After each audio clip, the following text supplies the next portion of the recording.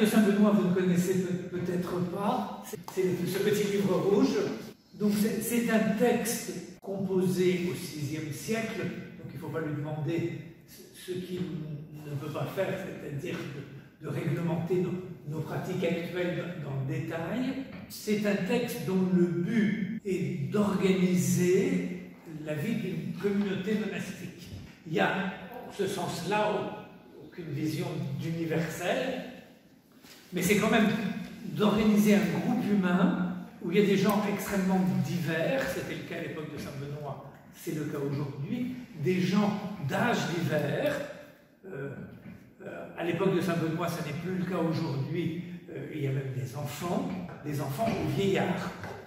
Même si la définition du vieillard pour Saint-Benoît, pour la culture médicale du VIe siècle, ce n'est pas le vieillard que nous avons aujourd'hui. C'est souvent, vous allez voir, comme c'est un texte pratique, donc qui est classé en chapitres, ces chapitres sont souvent une question.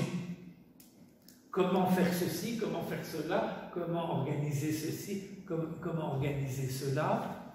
Puisque ça n'est pas du tout un texte théorique, c'est un texte pratique. De cette pratique, on peut tirer une théorie qui souvent même est écrite dans la partie pratique, ou qui se déduit facilement. Mais le but n'est pas du tout de dire « je vais vous faire une théorie comment prendre soin des personnes », c'est de décrire un cadre qui permet de prendre soin des personnes. Dans ce texte, alors là, en fait, le livre paraît très gros, mais déjà c'est la version bilingue, parce que ça a été écrit en latin, il y a le latin et le français. Il y a une grosse introduction, puis un index et des tas de choses. Donc déjà, si vous prenez rien que le texte bilingue, ça réduit déjà. C'est ça dans ce gros livre uniquement, et vous le divisez encore en deux, puisqu'il y a les deux versions linguistiques. Donc c'est ça la règle de Saint-Benoît. Donc c'est un texte court aussi. D'ailleurs, dans le dernier chapitre, il appelle lui-même une petite règle pour les débutants. Alors ce qui est intéressant, si on veut l'étudier, c'est que ce n'est pas la première règle monastique. Il y en a toute une série avant. Et donc, si on compte série de textes avant, qu'une grande partie Saint-Benoît ou l'auteur de la règle de Saint-Benoît connaissait, et donc il fait des choix, et donc ces choix nous indiquent vers où penche sa pensée, et en plus, quand il invente quelque chose, c'est encore plus frappant, notamment pour la prise en charge des malades, il invente beaucoup. Et puis, c'est un texte du VIe siècle qui a été interprété jusqu'à aujourd'hui.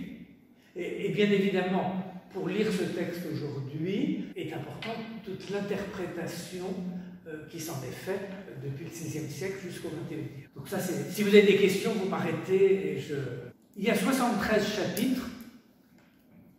Pratiquement au milieu, il y a un ensemble de chapitres, c'est de 31 à 41, donc ça fait 11 chapitres, où on trouve, si on s'intéresse au vocabulaire, pratiquement la totalité des mentions des mots qui évoquent le soin, la sollicitude, la prise en charge, l'attention. Finalement, à part ces 11 chapitres, on ne trouve l'utilisation de ces mots que dans 2 autres chapitres. Deux de ceux où Saint-Benoît parle de l'abbé, dans le sens où l'abbé est le responsable de tout cela. C'est d'ailleurs répété très régulièrement dans les chapitres 31 à 41.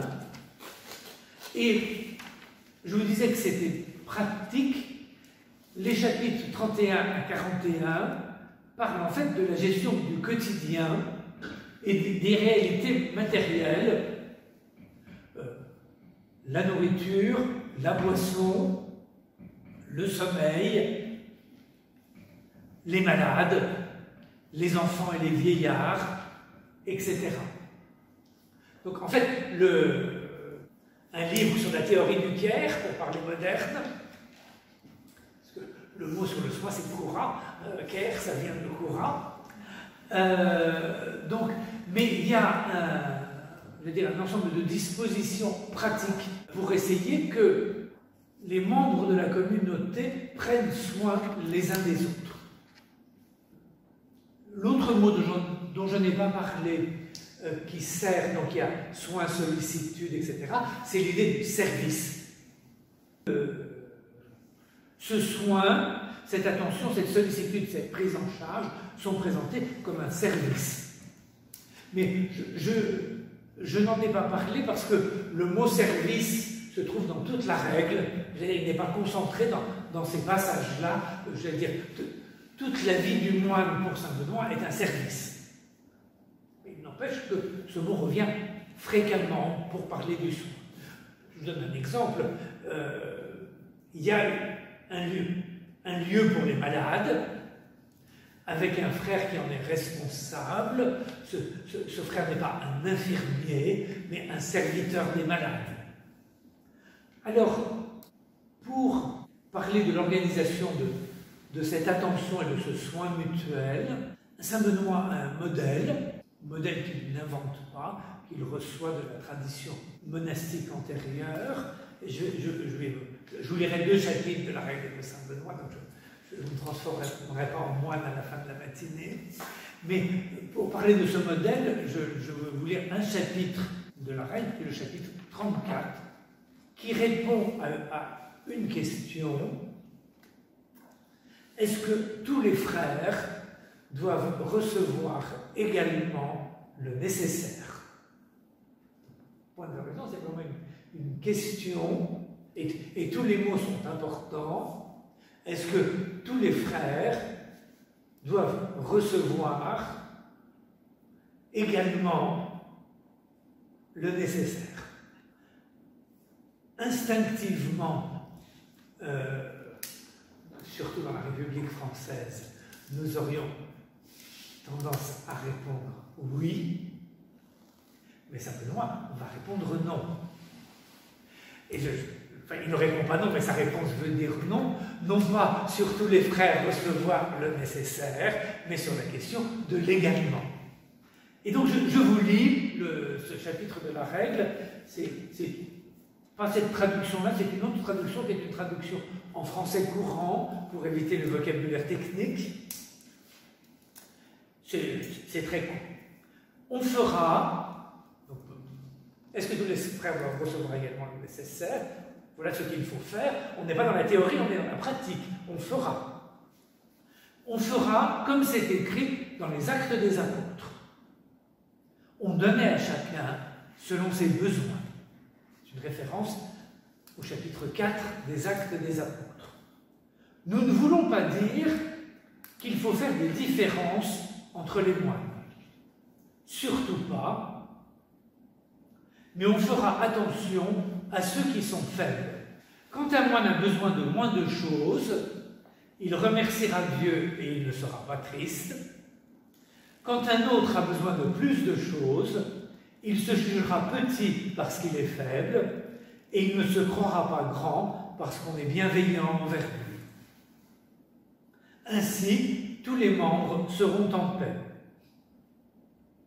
Avant tout, les moines ne laisseront jamais apparaître le mal du murmure sous aucun prétexte, ni en parole, ni en geste.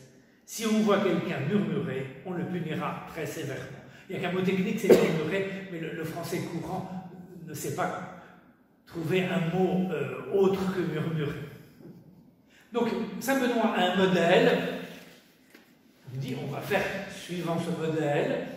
Ce modèle, c'est ce qui est écrit dans les Actes des Apôtres. Donc, c'est la description de la première communauté chrétienne de Jérusalem. Donc, il y a dans les Actes des Apôtres 3 descriptions de la première communauté chrétienne de Jérusalem, 3 descriptions concordantes, où l'on décrit la mise en commun, y compris des biens, mais pas seulement des biens.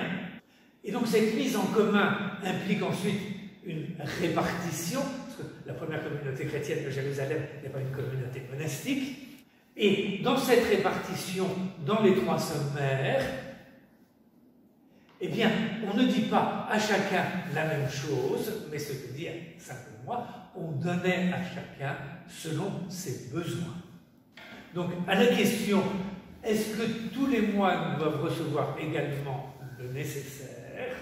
Saint Benoît répond non. Tous les moines doivent recevoir, selon leurs besoins, le nécessaire.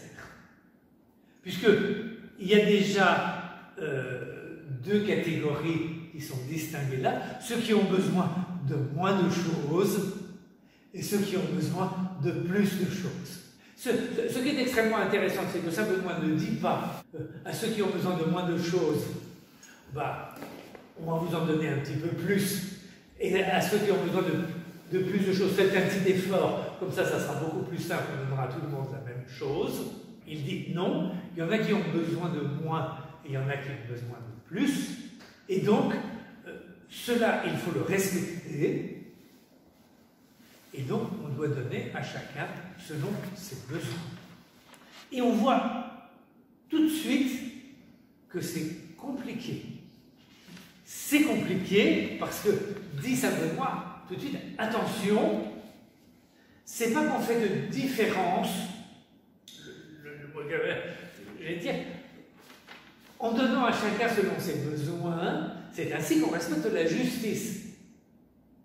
Et donc on ne fait pas de différence entre les personnes, on fait juste attention à ceux qui sont faibles. Mais, premier risque,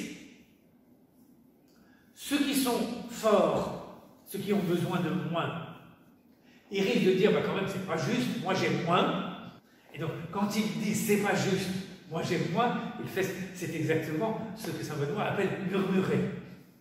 Et puis, paradoxalement, celui auquel on donne plus peut se dire, mais c'est parce qu'on m'aime plus, parce que je suis meilleur, que je reçois plus. Et donc il ne doit pas se croire grand parce qu'on est bienveillant envers lui.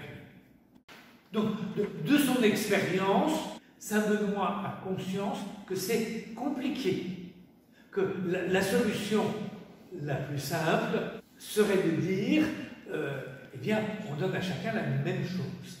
Comme ça, tout le monde sera content. Parce que c'est compliqué dans la communauté de Saint-Benoît, parce qu'en fait, il y a plein de catégories, si vous parcourez toute la règle. Donc, il y a ceux qui ont besoin de moins et ceux qui ont besoin de plus, donc, dans le vocabulaire de Saint-Benoît, ça retrouve à d'autres endroits. Il y a les faibles et les forts. Il y a des différences d'âge.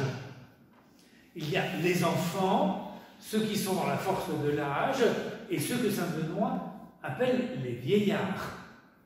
Et donc, ces faibles et ces forts, cela doit se comprendre physiquement, de gens lui suffit, mais aussi il a sans aucun danger psychiquement et moralement. Ça doit se comprendre aussi même culturellement, puisque dans le monastère de Saint-Benoît, c'est une chose auquel il fait extrêmement attention. Il a des gens qui étaient d'anciens esclaves et des gens qui viennent du monde aristocratique romain. Et il dit très bien, il ne faut pas faire de différence basée sur ça. Et on sait par tous les écrits monastiques, même chez les pères du désert, qu'un père du désert qui avant était à la cour impériale, il a au moins besoin d'une peau de mouton pour se coucher, sans ça il ne dort pas, tandis que celui qui était un paysan égyptien, il n'a pas besoin de la peau de mouton pour se coucher. Mais il y a aussi des différences et des catégories qu'on peut qualifier autrement. C'est des mots qu'utilise Saint-Benoît. Dans sa communauté, il y a des doux, des patients, ça c'est commode, mais il y a aussi des indociles et des turbulents. Il y a des intelligents et des délicats, ça c'est commode, mais il y a aussi des méchants, des opiniâtres, des superbes et des désobéissants. Donc ça, j'allais dire, c'est pas l'exception, c'est dans le chapitre sur l'abbé quand il parle du soin pour la communauté. L'abbé, il doit prendre soin des doux, des patients, des indociles, des turbulents, des intelligents, des délicats, des méchants, des opiniâtres, des superbes et des désobéissants. Ce qui explique, bien sûr, j'allais dire, il ne devra pas les traiter de la même manière. Le schéma, donc l'idéal de la première communauté chrétienne de Jérusalem, donc, où on met en commun et on partage selon ses besoins. Ça se trouve dans toute la littérature monastique, ça se trouve après dans tous les ordres religieux qui vont naître après. Mais ce qui est intéressant, si on regarde par exemple dans le protestantisme, tous les mouvements de réveil des églises protestantes sont accompagnés d'une référence aux actes des apôtres, donc à ce passage des actes des apôtres. Puisque les mouvements de réveil protestants visent à recréer une communauté, et que cette communauté, si elle veut être évangélique, elle prend ce modèle. Et alors, la dernière chose importante, c'est que derrière cette idée de communauté, c'est le cas de la communauté monastique, c'est le cas de... Il y a l'idée que si l'on fait une communauté, c'est quelque part, il y a l'idée de choix et de volonté. Et que la communauté ne naît pas de ce que nous avons en commun. On forme une communauté parce qu'on met tous les poireaux à la vinaigrette, et c'est la communauté des amateurs de poireaux sauce vinaigrette. Mais la communauté naît de ce que nous acceptons de mettre en commun. C'est très bien mes bibliographies. Donc un philosophe italien, dont je ne me rappelle plus le nom, a écrit un livre sur la communauté qui s'appelle Communitas. Donc je me rappelle le nom du livre quand même, c'est quand même pas mal. Où il développe ça, où il dit, donc lui parle de la communauté politique, etc. Il dit, faisons extrêmement attention, même étymologiquement, le mot communauté, ça veut dire ceux qui acceptent de mettre des choses en commun. Et non pas se regrouper parce qu'au départ, ils ont des choses en commun. Et l'idée de Saint Benoît dans ce chapitre est de dire chacun reçoit selon ses besoins, aussi parce que ce que chacun reçoit va lui servir dans cette idée de mettre en commun. Et donc tout le vocabulaire de la règle est structuré de thématique. La règle, c'est de passer du propre au commun. Non pas que le propre soit supprimé, parce que ça serait déshumanisant, mais le propre est mis en commun. Le fait de donner à chacun, suivant ses besoins, facilite ce passage du propre au commun. Ça implique aussi, et c'est une grande nouveauté dans la règle par rapport au texte monastique antérieur, j'allais dire, le besoin ne se devine pas. Le besoin s'exprime. Et donc la règle de Saint Benoît est un des premiers textes monastiques où il est donné des espaces, des modes pour exprimer le besoin. Et puis il est dit à ceux qui ont la fonction de répondre à tel ou tel besoin, la manière dont on doit répondre aux besoins. Parce que, bien évidemment, ce n'est pas parce que j'exprime un besoin que ce besoin est un vrai besoin. C'est toute l'ambiguïté de ce chapitre. On donnait à chacun selon ses besoins comment déterminer les besoins.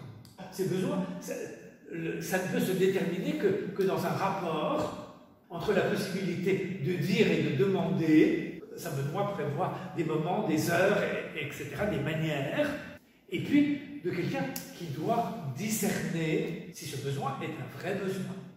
Et il est dit par exemple au célérier, qui est celui qui donne ce qui est nécessaire, si on lui fait une demande auquel il ne peut pas répondre, ce qui peut avoir deux causes, le fait de ne pas pouvoir répondre. Petit a, Saint Benoît écrit à un moment de fragilité économique, de l'économie dans l'Italie où il écrit, je n'ai pas ce qu'on me demande. Le frère en question peut tout à fait en avoir besoin, mais je n'en ai pas. Deuxièmement, il n'en a pas vraiment besoin. Donc ça me dit au célérier, dans ces cas-là, il faut au moins donner une bonne parole. Ce qui n'est pas si simple que ça. Dans cette catégorie de ceux qui ont des besoins et auxquels il faut répondre, il y a des malades. Et donc c'est au chapitre 36 de la règle que Saint Benoît parle des malades.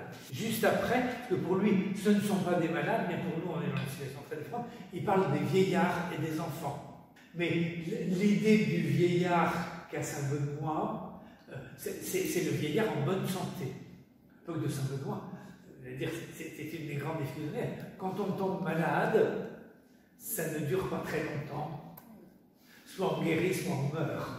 Ce qui est un des grands problèmes de la transposition. Alors, donc, je vais vous lire et vous commenter ce chapitre 36, qui se divise en 4 parties. Première partie, avant tout et par-dessus tout, il faut prendre soin des frères malades. On les servira vraiment comme le Christ lui-même, parce qu'il a dit « J'ai été malade et vous êtes venus me visiter ».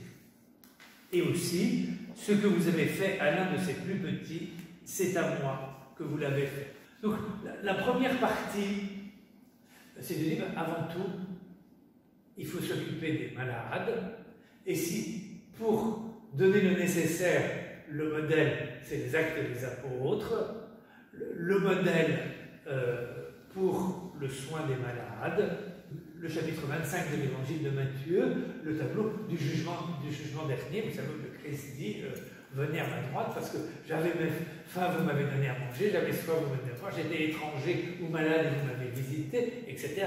Le Christ ne dit pas vous m'avez soigné parce qu'à l'époque le soin est assez limité. Donc, premier élément de ce chapitre, c'est une tâche prioritaire. Et là, on se dit, c'est formidable, cette question est réglée, c'est une tâche prioritaire, donc ça ne pose pas de problème. Et curieusement, à 2 autres reprises, dans ce court chapitre qui fait que 10 versets, et j'en ai déjà lu 3, Saint Benoît va revenir sur le fait que c'est une tâche prioritaire, et que d'ailleurs l'abbé doit veiller à ce que ce soit bien traité comme une tâche prioritaire. Ça veut dire que comme c'est compliqué de donner à chacun selon ses besoins, c'est aussi compliqué de s'occuper des malades. Donc, ça ne remonte pas au XXIe siècle où c'est compliqué de s'occuper des malades. C'est déjà le cas au VIe siècle, dans ce lieu paradisiaque et idyllique qu'est le monastère. Eh bien, on a tendance à ne pas s'occuper bien des malades. Je veux dire, si en 10 versets, Saint Benoît insiste 3 fois pour dire qu'il faut vraiment bien s'en occuper, c'est prioritaire, ça veut dire règle d'interprétation des textes latiques, eh bien non, on a tendance plutôt à ne pas bien s'en occuper. Alors, pourquoi on ne s'en occupe pas bien? Parce que un malade, c'est gênant. Comme un enfant peut être gênant. Donc un enfant dans le monastère, c'est pour ça qu'on n'en prend plus, grâce à Dieu, pour des autres raisons, mais c'est gênant. À chaque fois qu'on parle des enfants, dans la règle de Saint Benoît, il est dit 2 choses. Il faut quelqu'un pour veiller sur eux. Il faut faire attention, il ne faut pas que tout le monde leur tape dessus. Non mais c'est évident, ces gamins qui courent dans tous les sens, ils sont casse-pieds, donc alors n'importe quel moine a envie de remettre de l'ordre. Et donc il faut juste, il ne dit pas qu'il ne faut pas leur taper dessus, parce qu'il est encore pour l'éducation à la trique, ça me doit, mais c'est juste le préposé à taper les enfants qui a le droit de taper les enfants pour les remettre dans le droit chemin. Mais ça, c'est l'instruction romaine. Hein. Ce que dit Saint Benoît à cette époque-là, c'est normal. En tout cas, donc, les malades sont dérangeants parce que la bonne organisation, comme les enfants, la bonne organisation que Saint Benoît essaye d'établir, où tout doit être en ordre pour que tout le monde soit en paix, eh bien, le malade, il va contre cette bonne organisation. Il a besoin de choses que normalement un moine n'a pas. On va voir quoi. Il empêche un moine de travailler. Alors non, paradoxalement, c'est pas la question du travail, non, c'est pas ça. Alors, donc, première partie, avant tout, on doit s'occuper des malades, parce qu'ils représentent le Christ. Deuxième partie, mais à leur tour, les malades comprendront que c'est pour l'honneur de Dieu qu'on les sert. Ils ne feront pas de peine aux frères qui les servent en réclamant trop de choses. Pourtant, il faut supporter ces malades avec patience parce qu'ils font gagner une récompense plus grande. L'abbé veillera donc avec un très grand soin à ce qu'on s'occupe d'eux sans aucune négligence. Donc ça c'est le deuxième truc, il faut bien s'occuper des malades. Donc, ce qui rend les malades dérangeants, c'est qu'ils vont avoir des besoins supplémentaires. Et ils risquent, parce qu'ils sont malades et fragilisés, de demander des choses multiples, diverses et variées. Des fraises, par exemple, comme Sainte Thérèse de l'Enfant Jésus. Donc, Saint Benoît dit, les malades doivent faire attention d'exprimer justement leurs besoins. La maladie les fragilise, et ils risquent, pour calmer cette fragilité, de demander des tas de choses. Mais en tout cas, même s'ils demandent des tas de choses, la nécessité de bien s'occuper des malades est tellement grande qu'il faudra les supporter, même s'ils sont insupportables. Donc, la deuxième idée est de dire que là où les malades sont gênants, c'est dans l'expression de leurs besoins. Parce que, d'une part, il est normal, ça veut dire, qu'ils aient plus de besoins que les gens en bonne santé, mais la maladie risque de les pousser à trop en demander. Alors, comment faire? Comment soigner les malades? On est à l'époque de Saint-Benoît, hein, la perfusion sous-cutanée, ça n'existe pas. Les malades ont un logement à part, exprès pour eux. Pour les servir, on leur donne un serviteur qui respecte Dieu avec confiance, qui est plein de dévouement et soigneux. Chaque fois que c'est nécessaire, on offre aux malades de prendre un bain, grand remède de la médecine romaine, mais on ne le permet que plus rarement à ceux qui sont en bonne santé et surtout aux jeunes. De plus, on permet aux frères qui sont très faibles de manger de la viande pour refaire leur force. Mais quand ils vont mieux, tous se privent de viande comme d'habitude. Je dis quand ils vont mieux, parce que Saint-Benoît n'imagine pas, ça je disais, le malade de longue durée. Le malade, il est malade, on lui donne des bains de la viande, il guérit ou il meurt. Hein, c'est pas... c'est quelque part sain. Alors, les logements ont un logement à part, exprès pour eux. Alors, il y a deux autres catégories de personnes au monastère qui ont des logements à part faits exprès pour eux. Finalement, les deux autres catégories dérangeantes, les hôtes et les novices. L'abbé aussi, non? Non. Ah non? Ah non, pas dans la règle. Après, oui, mais pas dans la règle. Il mange avec les autres, l'abbé, mais il n'a pas de logement à part. Donc voilà, tous les gens dérangeants, d'une part, un logement à part, ils laissent les autres tranquilles. D'autre part, dans le cas des malades, mais c'est vrai pour les autres aussi, il y a un peu plus de confort. Mais en tout cas, ils sont pris en charge par la communauté, dans ce logement à part, avec un régime particulier. Donc ce régime particulier, que Saint-Benoît ne décrit pas en détail, c'est premièrement la viande, c'est une chose dont à l'époque de Saint-Benoît le moine doit ignorer jusqu'à l'existence, et deuxièmement les bains. Il faut penser que les bains romains, qui sont, sauf dans les familles très riches, des bains publics, comme on voit à Rome, les thermes de Caracalla, les ruines, etc. Donc, ce sont des lieux publics de mauvaise réputation. Donc, l'idée de bain est associée à la mollesse, voire à la débauche, ou du moins risque de le rappeler. C'est pour ça que les jeunes qui viennent d'entrer au monastère Satan, ça nous passe un bain tous les ans. Donc il y a la viande, ça n'est pas précisé là. Très certainement, c'est dans les lettres de Saint Paul, il y a aussi la question du vin. Donc Saint Benoît est très détendu sur la question du vin. Il a un chapitre sur la question de la boisson, c'est-à-dire qu'il commence par l'expression très intéressante. Chacun a reçu de Dieu un don particulier. Et il dit, normalement, les moines, ça ne doit pas boire de vin, mais les miens, j'arrive pas à les en convaincre, donc convenons d'en boire avec modération. Donc Saint Benoît prévoit que pour tous les moines, il est licite de boire du vin, mais ceux qui ont reçu le don de ne pas en boire, qu'ils n'en boivent pas, humblement, en rendant grâce à Dieu, sans se prendre pour des supermans. Mais c'est sûr qu'à l'infirmerie, ça se voit très bien dans le régime des infirmeries médiévales, on boit plus de vin.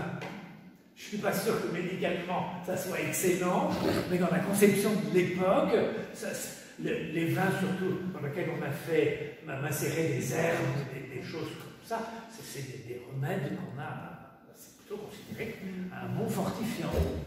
Voilà, donc, on sert les malades avant tout. Les malades ne doivent pas être exigeants, mais s'ils le sont, il faut quand même bien les traiter. D'ailleurs, l'abbé doit veiller là-dessus. Ensuite, ils ont un lieu et un régime particulier. Et puis, quatrième partie, on y revient parce que c'est vraiment important, l'abbé veillera avec un très grand soin à ce que les célériers et les serviteurs des malades ne soient pas négligents avec les malades. En effet, c'est l'abbé qui est responsable de toutes les fautes de ses disciples. Donc, on conclut comme on a commencé en réinsistant, attention, il ne faut pas être négligent. Alors, si on regarde l'histoire de la vie monastique, c'est-à-dire, et je me limite, sauf quelques petits excursus pour parler de Sainte Thérèse de l'Enfant Jésus, à la vie monastique vivant suivant la règle de Saint Benoît. C'est une évidence que c'est compliqué. Et c'est une évidence que les moines, à travers les âges, ont subi toutes les tentations que l'on peut avoir dans le soin des malades. Et alors, la première, je vais vous la première et la principale, c'est tellement gênant, et en même temps, il faut bien les traiter. Sur ça, on est bien d'accord. Que, eh bien, on va faire un très beau bâtiment, avec tout le confort moderne, ça varie suivant les époques, mais ce bâtiment, avec tout le confort moderne, petit à petit, mais quand même assez vite, on va l'isoler de plus en plus du reste des bâtiments. Et c'est-à-dire qu'on n'est pas du tout là dans la peur de la contagion médicale. On est quelque part dans la peur de la contagion morale. Parce que, qu'on le veut ou non, ces malades, ils sont relâchés, ils mangent de la viande, ils boivent du vin, ils se baignent, ils font des caprices, etc. Et donc, ils risquent, sans le vouloir, et on ne leur veut que du bien, de donner le mauvais exemple. Et donc, pour qu'ils ne donnent pas le mauvais exemple, eh bien, on va éloigner de plus en plus l'infirmerie, enfin, le bâtiment qui finira par s'appeler au Moyen-Âge une infirmerie, du reste de la communauté. Et alors, je dois dire, il faut reconnaître cet ordre, les champions de ça, parce qu'ils sont très attachés à avoir une bonne vie, ce sont les cisterciens. C'est-à-dire que carrément, ils vont construire un autre monastère pour les malades. Et donc les infirmeries monastiques cisterciennes, on voit ça dans les plans, etc., cela devient quasiment un autre monastère, avec une chapelle, un cloître, un dortoir, un réfectoire, etc. Et puis un couloir, long de préférence, qui mène au reste de la communauté. Mais on a des tas de descriptifs, on s'en occupe du mieux possible de ces frères malades. Mais puisqu'ils sont gênants, puisqu'ils risquent de troubler la belle ordonnance de cette communauté marchant de manière décidée et fervente vers le ciel, eh bien, on les met à part. Et quelque part, les ordres religieux sont des inventeurs de la ségrégation des malades, parce que c'est eux qui les ont pris en charge. Parce que le malade, et je ne me prends pas pour Michel Foucault, le malade est dangereux. Et encore là, au Moyen-Âge, il n'est pas contagieux. On n'a pas du tout cette mais c'est le grand paradoxe, si on lit, parce que les cisterciens adoraient codifier, mais par écrit, donc on a les détails, comment on doit s'occuper de l'infirmerie, etc. Ils font du mieux qu'ils peuvent. Alors, le seul vrai problème, c'est qu'ils les saignent, mais ils pensent que ça leur fait du bien. Mais bon, ça, c'est une autre raison. Mais en tout cas, ils font du mieux qu'ils peuvent. Mais pour faire du mieux qu'ils peuvent, pour que ce ne soit pas un trouble pour la communauté, il faut les éloigner. Et c'est tellement fort comme idée que cela se retrouve jusque dans le plan des infirmeries des monastères cisterciens construits au XIXe siècle. Et je me souviens, dans le cadre de mon activité professionnelle de responsable du groupe des infirmiers monastiques, d'avoir visité un monastère dont je tairai le nom, donc où il y avait vraiment ce système-là, c'est-à-dire dans un coin du cloître partait un couloir non chauffé qui conduisait à une petite maison très bien aménagée qui était l'infirmerie où il y avait une chapelle, un petit réfectoire, des chambres médicalisées, vraiment tout le confort moderne. Et le père abbé de l'époque m'avait invité parce qu'il voulait réfléchir, parce que c'était tout le confort moderne d'il y a 25 ans, donc il devait faire des travaux. Il était extrêmement surpris quand je lui ai dit, mais la première chose à faire, ça, à mon avis, tu peux le raser, ou d'en servir pour autre chose. Il faut, j'avais trouvé l'endroit, il faut mettre un ascenseur là, et là, à cet étage-là, il faut faire l'infirmerie, comme ça, je ne suis pas convaincu. 2000, hein. En tout cas, voilà, dans le plan des infirmeries monastiques, on voit très clairement que les malades sont gênants, et donc il faut les aider. On va en prendre le plus de soins possible, mais ailleurs. C'est ce que fait la société aujourd'hui, hein. On va en prendre le plus de soins possible, du moins en théorie, mais ailleurs. Alors, les choses vont se compliquer au XIXe siècle, avec l'apparition de la médecine moderne, si l'on peut dire. Et notamment avec l'apparition, plus ou moins rapide, de la notion de contagion. Surtout, pensez, XIXe siècle, c'est en Occident, grande période d'épidémie de tuberculose, et on meurt beaucoup de tuberculose dans les monastères. Mais beaucoup ailleurs aussi, hein. Dans un premier temps, en gros parce que les moines sont un peu retardataires, jusqu'à la fin du XIXe siècle, Thérèse de l'Enfant Jésus en est l'exemple, on gère la tuberculose à la maison. Donc il est de dire, Sainte Thérèse de l'Enfant Jésus, on la met à l'infirmerie. C'est l'autre paradoxe. Notre Sainte Mère, en Castille, avait prévu qu'on mettait les infirmeries au nord, parce que l'été, c'est l'endroit le plus frais. Et donc, pour que les sœurs n'aient pas trop chaud à l'infirmerie, c'est une bonne précaution de les mettre au nord. À Lisieux, puisqu'on a fait exactement ce que notre mère avait prescrit, c'est pas génial l'infirmerie au nord à Lisieux. Hein. Mais ça, c'est une autre question. Mais en tout cas, Sainte Thérèse de l'Enfant Jésus est soignée encore à la maison. Et elle va mourir au milieu de ses sœurs, je ne dirais pas paisiblement, mais dans un cadre qui est encore, entre guillemets, un cadre familial.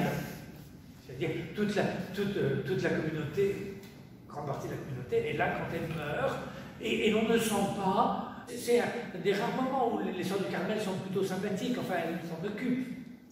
Si on passe d'une sainte à une bienheureuse, vous avez la bienheureuse Marie-Gabriella Saguedou, dont vous n'avez certainement pas entendu parler, qui est une sainte cistercienne, qui va mourir de tuberculose entre les deux guerres. Vous pouvez répéter son nom? Maria Gabriella Saguedou. Saguedou, ça veut dire qu'elle est sarde.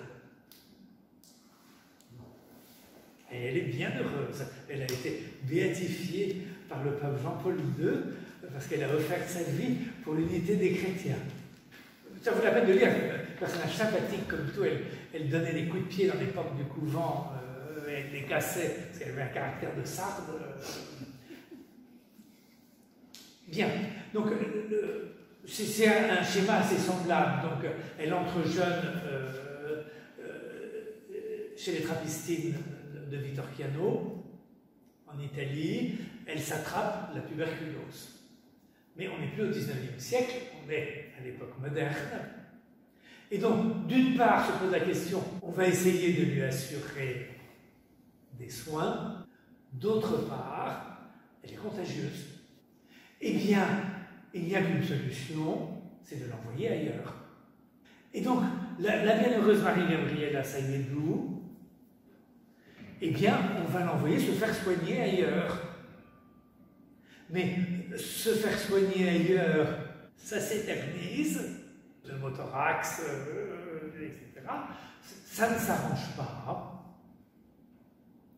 Eh bien, elle va finir par mourir ailleurs. C'est où cet ailleurs? Quoi? Il est où cet ailleurs?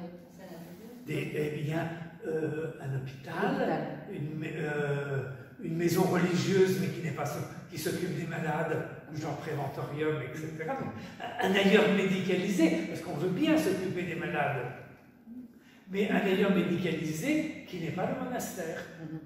Or, elle s'en plaignait. Donc, elle souffre de ne pas rester dans sa communauté. Et elle demande toujours de pouvoir retourner dans sa communauté, et on lui répond non, tu n'es pas guéri. Donc, tu n'es pas guéri, il y a deux choses. D'une part, tu es peut-être contagieuse. D'autre part, de toute manière, malade, tu ne pourras pas mener la même vie que les autres. Ça ne vaut pas la peine de revenir au monastère. Il vaut mieux que tu sois dans un espace spécialisé. Mais l'espace spécialisé, qui était l'infirmerie du monastère, est devenu un espace spécialisé en dehors du monastère. On sert les malades du mieux qu'on peut. Il y a un exemple encore plus impressionnant, c'est encore un bienheureux, c'est le bienheureux Marie-Joseph Cassan, qui est moine à Sainte-Marie-du-Désert, un petit peu avant, mais on est au début du XXe, tuberculose. Au début, pas trop, mais il ne peut plus suivre le rythme. Puis on le renvoie à la maison, en lui disant ça va te donner des forces, tu vas pouvoir manger de la viande, etc. Et tu reviendras quand tu seras guéri. Ça sera quand même bien mieux pour tout le monde. Alors avec lui, on est plus gentil, il ne revient pas quand il est guéri, il revient pour mourir quand même. Donc, quand ça va vraiment très mal, on le réadmet au monastère pour qu'il puisse y mourir.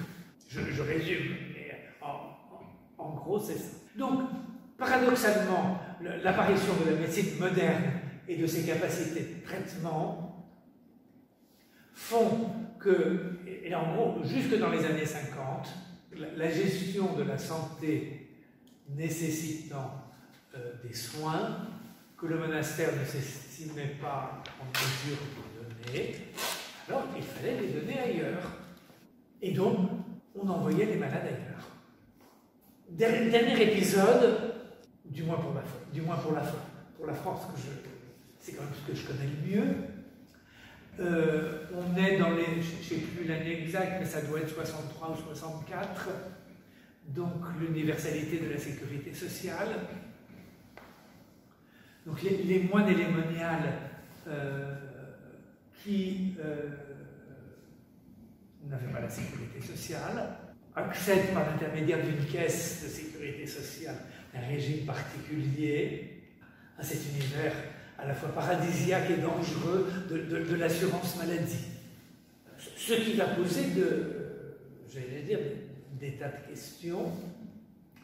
D'abord, il faut payer des cotisations, et nous qui sommes pauvres, comment allons-nous payer des cotisations? Et c'était vrai pour certaines communautés. Deuxièmement, s'assurer une assurance. Est-ce que ce n'est pas pécher gravement contre la divine providence de Dieu qui prend soin de nous, qui nous sommes abandonnés à la pauvreté, et tous les médecins, il suffit de lire les manuels de civilité des médecins des années 50, c'est marqué qu'il faut soigner gratuitement les familles de collègues, les ecclésiastiques, etc. Donc, en fait, on est soigné gratuitement parce que les médecins nous soignent gratuitement. Donc, ça fait un changement de paradigme immense, avec des possibilités qu'il n'y avait pas avant. Et ces possibilités qu'il n'y avait pas avant, c'est dû aux gens qui ont géré l'Académac. Parce que quand même, il y a parfois des grands esprits, donc qui disent que le monde religieux est un monde particulier, ils doivent pouvoir soigner leurs malades sur place autant qu'il est possible. Et donc il faut que notre régime particulier accorde à ces structures qui ne sont pas des établissements de santé les moyens de soigner les malades. Et la CAVIMAC crée ce qui s'appelle encore jusqu'à aujourd'hui le forfait soins infirmiers, qui est de dire, comme c'est la communauté qui va prendre en soin les malades, les frères ou les sœurs qui vont prendre en soin les malades n'auront pas le temps de fabriquer du fromage, du chocolat ou du vin, et donc il faut les payer, pas eux, mais la communauté, comme on donnerait un prix de journée dans une EHPAD aujourd'hui, sauf que c'est évidemment, et de dire donc, on va donner aux communautés qui le souhaitent la possibilité de soigner les malades eux-mêmes, de les garder sur place en donnant un forfait soins. C'est un peu décollé du métier, je ne sais plus à combien est le forfait soins aujourd'hui, mais ça existe toujours. Et un forfait soins qui en plus est cumulable avec toutes les aides par rapport au handicap. On peut avoir l'APA et le FSI, de je les cycle. Et alors, je veux dire, ça va provoquer, je vous ai décrit jusqu'à présent la tentation de l'éloignement des malades, et cette création, et comme quoi les structures, si elles sont pensées, ça sert, la création de ce schéma-là va provoquer l'inverse. C'est-à-dire, finalement, si on est aidé pour prendre en charge nos malades, le mieux, c'est de les garder sur place. Et donc, tous les monastères, mais aussi toutes les congrégations religieuses, à partir des années 70, se mettent à fonctionner sur ce mode-là, qui est de dire, puisqu'on est aidé, et comme on est aidé, eh bien, on va, dans nos structures, aménager ce qui est nécessaire, ce qui en gros correspond à ce que Saint-Benoît voulait, sauf qu'il y a le côté technique pour prendre en charge les malades, mais ce qui devient de plus en plus, quand même, prendre en charge les membres âgés des communautés. Puisque, et ça c'est l'évolution aussi de la société, il y a des malades, mais le gros de la maladie c'est la vieillesse quand même.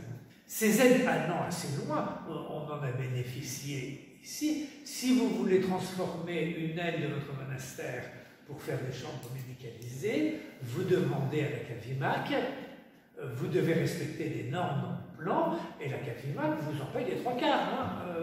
On est très aidé. Moyennant quoi, avec l'âge du clergé, la CAVIMAC est le régime particulier le plus déficitaire de France. Il vient de dire, vous qui n'êtes pas la CAVIMAC, vous payez pour nous. Merci beaucoup. Donc, on va passer donc, à un nouveau paradigme qui est de dire, on va prendre en charge, comme dit Saint-Benoît, les malades. Et j'arrive en 2000 avec la difficulté suivante. Il y en a une qui est en train de poindre maintenant, mais en 2000, c'est le nœud de la difficulté suivante. Mais il n'y a pas dans la communauté la compétence pour s'occuper des malades et des vieillards. Et la CAVIMAC, qui est quand même une caisse de sécurité sociale, et bien finalement, au bout d'un certain temps, à partir des années 95-2000, commence à demander des compétences. Ce qui, après tout, est logique. Parce que, alors, il y a des choses, objectivement, il n'y a pas besoin absolument de compétences, mais il y en a d'autres, il y en a besoin. Parce que même l'équivalent d'aide-soignant, c'est une compétence.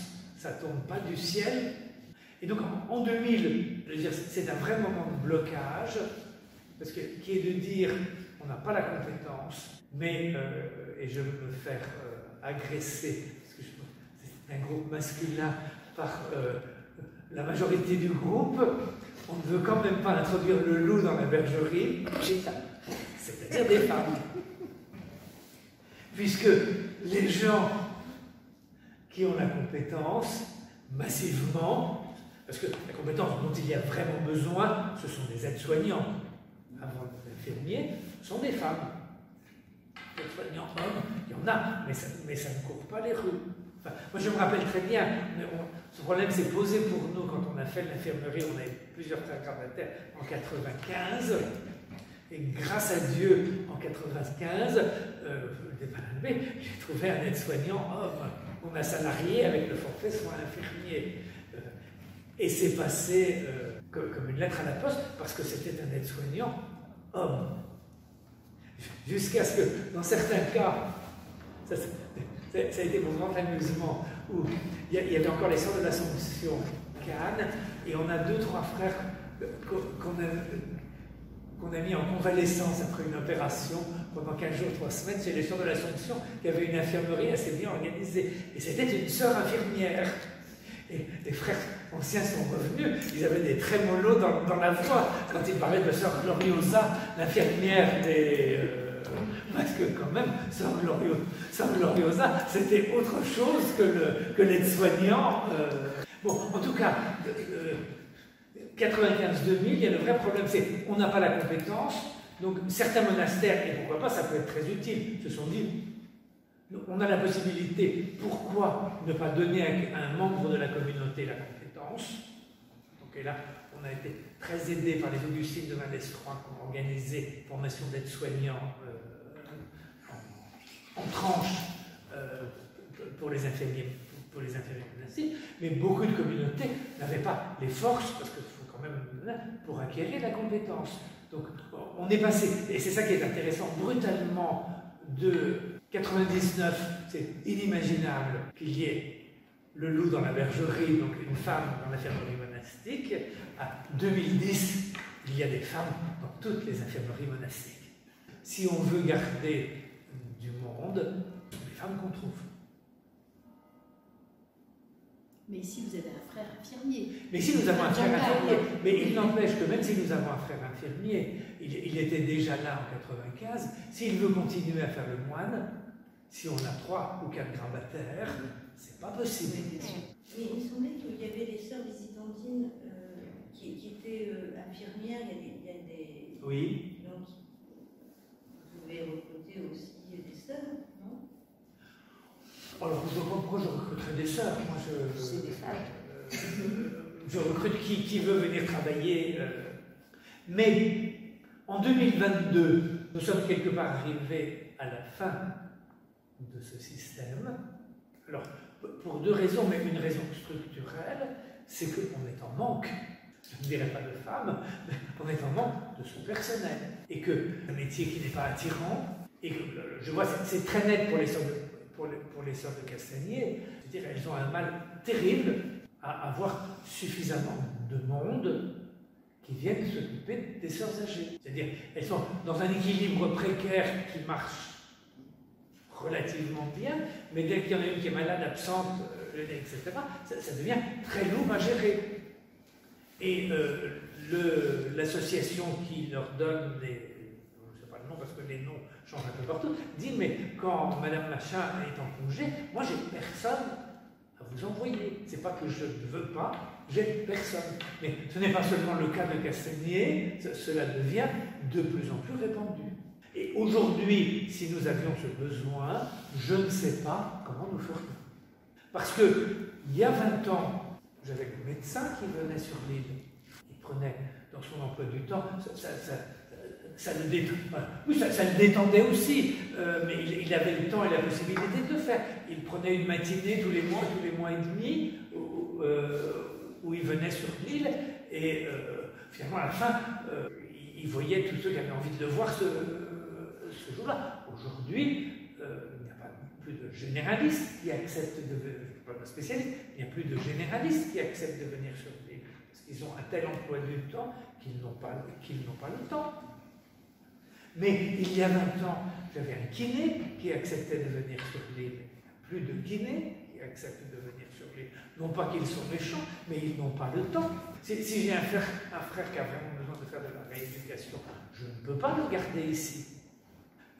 Donc, je vais dire, ces structures qui étaient organisées tant bien que mal, et là, on rejoint le problème de la société, structurellement, il manque de professionnels et de personnes compétentes, et bien, je ne sais pas comment, on n'a personne qui a besoin de soins pour le moment. Enfin, de petits soins, oui, mais on n'a pas de gravataire, on n'a même pas un frère qu'il faut aider à habiller.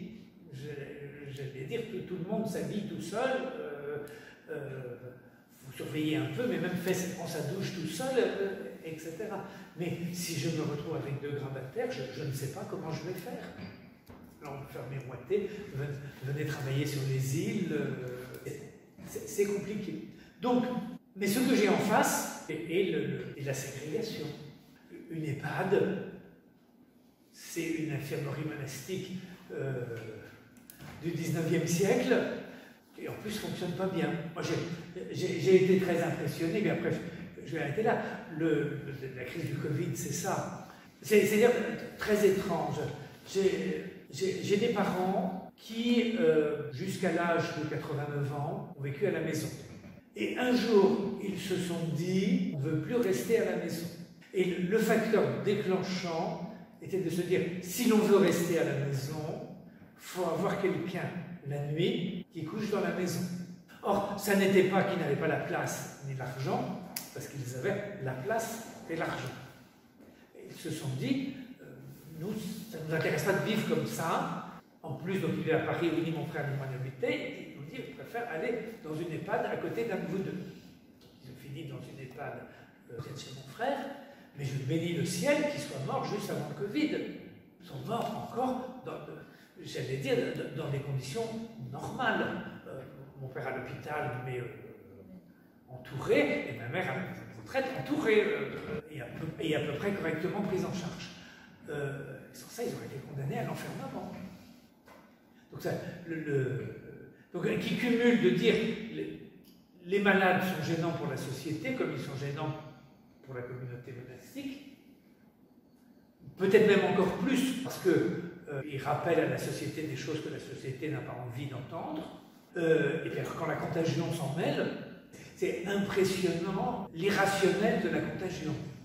La contagion est une vraie réalité, et je ne dis pas par là qu'il ne faut rien faire, mais ça s'accompagne d'une part d'irrationnel qui est immense. Donc, pour moi, si j'essaie de me dire, la prise en charge, ça veut de moi dit, c'est difficile. Et après tout, c'est pas scandaleux que ce soit difficile. Je veux dire, ça serait, il y a une espèce de naïveté de dire, ah mais la société est monstrueuse parce qu'elle n'arrive pas bien à prendre en charge ces malades et ces personnes âgées. Mais c'est très difficile. Donc, je veux dire, qu'il ait du mal à le faire, en soi, ça ne me choque pas. Il y a des solutions qu'on prend qui me choquent, mais j'allais dire, si on prend des moines qui sont des gens bien disposés, espèce de société idéale, entre guillemets, même dans les textes, on voit que pour eux, c'est très compliqué. Je veux dire, il faut rappeler 3 fois à l'abbé que, attention, il faut qu'ils veillent bien à ce que les moines traitent bien les malades, parce qu'ils risqueront de ne pas bien les traiter. Donc, structurellement, pour un corps social, c'est compliqué de prendre en charge ces malades. Et donc, aujourd'hui, ces vieux, puisque ces vieux sont malades, ils ont des besoins dérangeants, etc. Alors après, la question est de réfléchir, pour cette chose compliquée et difficile, quels sont les moyens qu'on prend. Et alors là, sans aucun doute, la ségrégation, qui est le penchant de l'homme par rapport à ça, c'est pas le bon moyen.